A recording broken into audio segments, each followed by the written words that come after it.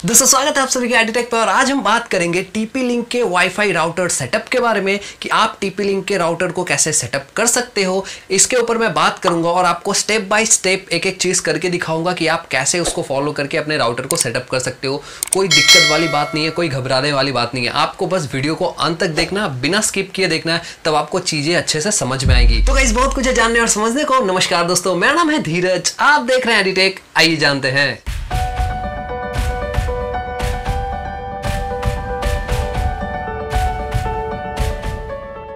Guys setup start करने से पहले कुछ बातों का ख्याल रखना जरूरी है। कौन कौन सी? पहला, आपने वाईफाई राउटर को प्लग इन कर लिया है, यानी कि आपने अपने राउटर को पावर एडेप्टर से कनेक्ट कर लिया है। उसके बाद आपका जो मेन इंटरनेट केबल है वो आपको वैन पोर्ट में लगाना है, जो आपको बेसिकली एक राउटर में एक ही देखने को मिलेगा। वो अलग सा येलो या ब्लू कलर में आपको दिखेगा। तो वैन पोर्ट में आपको इंटरनेट का केबल लगाना है और वहां से एक केबल लैन पोर्ट से आउटपुट करना है। मींस लैन पोर्ट में एक लगाना है। लैन पोर्ट आपको 3-4 एक साथ देखने को मिलेगा। उसमें एक केबल कनेक्ट करना है और उस केबल का जो आउटपुट है वो कनेक्ट करना है अपने पीसी या लैपटॉप से।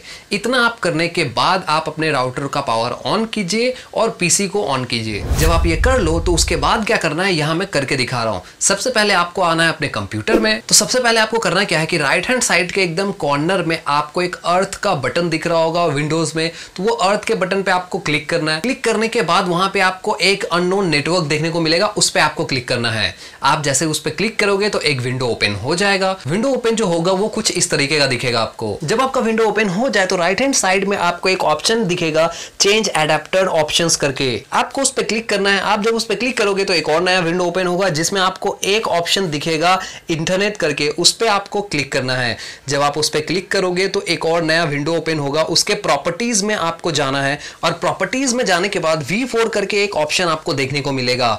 उस पे आपको क्लिक करना है। क्लिक करने के बाद जो विंडो ओपन होगा उसमें आपको दिख रहा होगा कि वहां पे बहुत सारे आईपी एड्रेस दिए हुए हैं जो आपने फुल किया होगा। अगर नहीं दिया हुआ है तो कोई इशू नहीं है, आपने पहले कभी इंटरनेट नहीं चलाया कंप्यूटर में। तो इसका मतलब यह है कि चूज आईपी एड्रेस ऑटोमेटिकली का ऑप्शन ऑलरेडी सेलेक्टेड है। अगर नहीं है तो आप कर लो। सिंपली जो इसमें आपको दिख रहा है सामने जो मैंने किया है वो आप कर लो। यहाँ पे आपका क्या होगा, जो आईपी एड्रेस का बॉक्स है वो ब्लैंक हो जाएंगे और जो ऑप्शन है ऑटोमेटिक आईपी एड्रेस और वीपीएन का वो आपको सिलेक्ट कर लेना है। ये एक बार करने के बाद आपको कर देना है ओके, सेव और यहां से बाहर आ जाना है। जब आप ये सब कर लो तो आपके कंप्यूटर में इंटरनेट चलने लगेगा। हो सकता है सारे वेबसाइट्स ना खुल रहे हो लेकिन आपके कंप्यूटर में इंटरनेट चलने लगेगा। जब आपको इंटरनेट चलने लगे तब आपको अपने राउटर को सेटअप करना है। कैसे करना है मैं दिखाऊंगा। उसके बाद आपके राउटर से फुल फेज में इंटरनेट चलने लगेगा। तो यहां तक उम्मीद करता हूं आपको समझ में आया होगा। अब चलते हैं ब्राउजर में और वहां क्या टाइप करना है आपको मैं दिखाता हूं। हालांकि ये चीज जो मैं कंप्यूटर में कर रहा हूं ये आप फोन में भी कर सकते हो। एक बार जब आपका ये कंप्यूटर में ये चीज हो जाए तो फोन से आप अपने वाईफाई राउटर को कनेक्ट करके ठीक ब्राउजर में जाके जो चीज मैं यहाँ कर रहा हूँ कंप्यूटर में वो चीज आप फॉलो कर सकते हो। अब गूगल क्रोम में आने के बाद गाइस जो टीपी लिंक का डिफॉल्ट आईपी है वो आपको डालना है। तो वो मैं यहाँ फ्लैश कर रहा हूँ, आप यहाँ से भी नोट कर सकते हो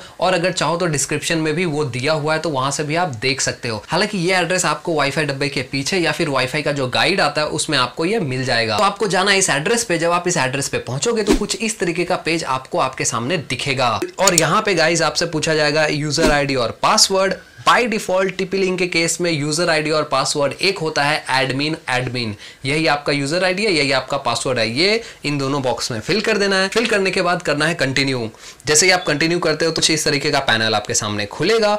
आपको यहाँ पे जाना है नेटवर्क्स ऑप्शन में। नेटवर्क में जाने के बाद आपको जो सबसे पहला काम करना है, यहाँ पे दिख रहा होगा डायनामिक आईपी। आपको सबसे पहले यहाँ काम करना है कि इसको चेंज करके कर देना है स्टैटिक आईपी। जैसे ही आप स्टैटिक आईपी पे क्लिक करते हो वैसे ही आपके सामने वो बॉक्स ओपन हो जाता है जहां आप अपने आईपी एड्रेस और डीएनएस को इंटर कर सकते हो जो आपके ब्रॉडबैंड ने आपको मुहैया कराया है। ये सब फुलफिल करने के बाद आपको नीचे सेव का ऑप्शन दिख रहा होगा, आपको उस पर क्लिक कर देना है। क्लिक करने के बाद आपका राउटर सेटअप हो गया है। अब आपको कुछ नहीं करना, बेसिकली आप अपने राउटर की मदद से इंटरनेट एक्सेस आराम से कर सकते हैं। लेकिन इंटरनेट चलने के बावजूद भी आपका राउटर पूरी तरीके से सेटअप नहीं हुआ है। अभी हम इसके पासवर्ड और बाकी सारी चीजों को सेटअप करेंगे और एक एक करके जानते हैं वो चीजें आपको कहां से करनी है। और वो जो एडमिन और एडमिन लॉगिन था ना उसको भी आपको चेंज करना चाहिए, क्योंकि आप डिफॉल्ट रखोगे तो वो सबको पता है, वो आपके लिए प्रॉब्लम क्रिएट हो सकता है। तो वहां पे आपको चेंज कर देना है इस चीज को। आप कैसे कर सकते हो आइए जानते हैं इसको। गाइस बैंड्स को चेंज करने के लिए आपको आना है वायरलेस सेटिंग्स में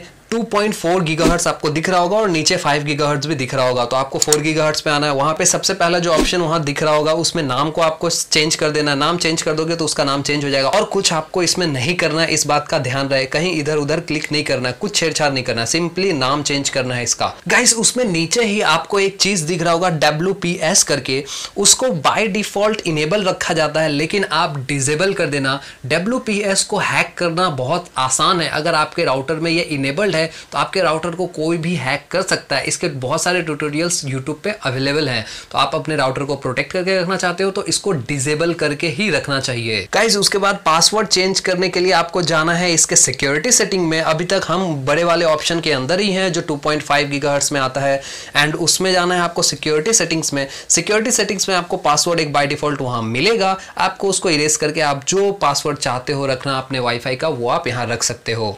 यही सेम चीज आपको 5 गीगाहर्ट्ज के केस में भी करना है। 5 गीगाहर्ट्ज के केस में सेम प्रोसेस अपनाना है और सेम स्टेप फॉलो करके सारी चीजें सेम ही करनी है और बहुत बड़ा कोई चेंज इसमें नहीं है। तो गाइस बढ़ते हैं अब हम आगे। आपको इन सारे सेटिंग्स को कहीं भी कोई भी छेड़छाड़ नहीं करना है, कुछ नहीं करना है। इन सारे सेटिंग्स को मैं दिखा इसलिए रहा हूं क्योंकि आपको यहाँ कुछ करना नहीं है, जो जैसा है वैसा छोड़ देना है। ये हमारे काम का ही नहीं है, इसमें दिमाग ही नहीं लगाना। गाइस अब हम नीचे आते हैं सिस्टम टूल में। सिस्टम टूल में आपको एक ऑप्शन दिखेगा एडमिनिस्ट्रेटर करके। उसमें जब आप जाओगे तब आप अपने यूजर आईडी और पासवर्ड को चेंज कर सकते हो, जैसा कि मैं यहाँ कर रहा हूँ। आपके राउटर का यूजर आईडी चेंज करने के लिए आपको सिंपली यहाँ पे सबसे पहले अपना ओल्ड पासवर्ड देना है, उसके बाद यहाँ पे नया यूजर नेम देना है, उसके बाद नया पासवर्ड 2 बार आपको एंटर करना है। एंटर करने के बाद आपको नीचे कर देना है सेव। सेव करने के बाद ये हो जाएगा कंप्लीट और आपका यूजर आईडी और पासवर्ड चेंज हो चुका है। बस गाइज ये चेंज करने के बाद एक चीज ध्यान रहे कि एक बार अगर आप यूजर आईडी चेंज कर लेते हो और बाय द टाइम बहुत दिनों बाद आप उसको भूल जाते हो, क्योंकि बार बार आपको यहाँ आने की जरूरत नहीं पड़ेगी, तो अगर आप उसको भूल जाते हो तो आपके लिए प्रॉब्लम हो सकता है। फिर से आपको वाईफाई राउटर रीसेट करके वापस से ये सारी चीजें करनी पड़ेंगी।